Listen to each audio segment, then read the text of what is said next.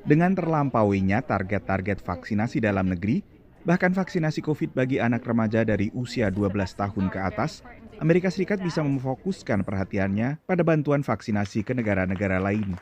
We will not use our vaccines to secure favors from other countries. Itulah yang menurut AS dilakukan Tiongkok dan Rusia yang telah jauh lebih dulu memberikan vaksin buatan masing-masing kepada banyak negara, khususnya negara berkembang. Ada sejumlah pesan titipan menyertai pengiriman vaksin. What we see China and Russia trying to do is, in effect, use small amounts of vaccine sales to extract political concessions and gain political influence.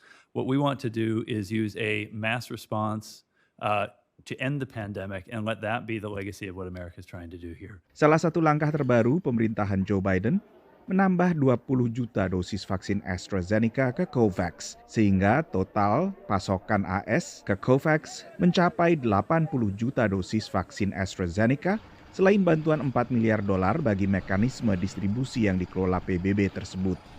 Perluasan kesempatan vaksinasi secara global dipastikan menjadi salah satu isu utama yang dibahas dalam KTT negara-negara G7 di Inggris pada Juni.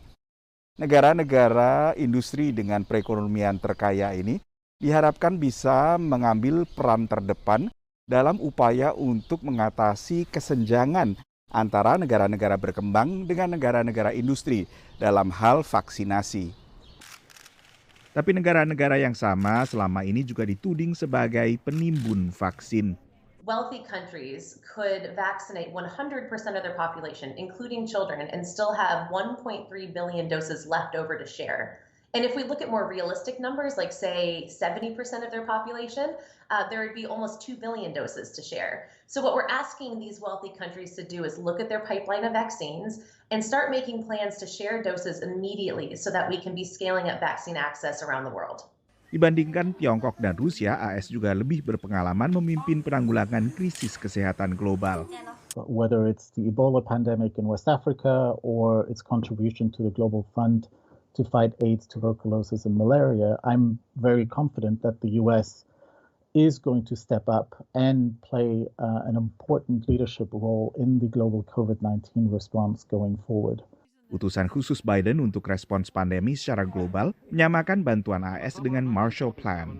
Secretary of State Marshall had proposed to aid the nations of Europe. Bantuan besar-besaran AS terhadap Eropa Barat yang hancur akibat Perang Dunia Kedua. The Marshall Plan was indeed about resources. It was also about policies.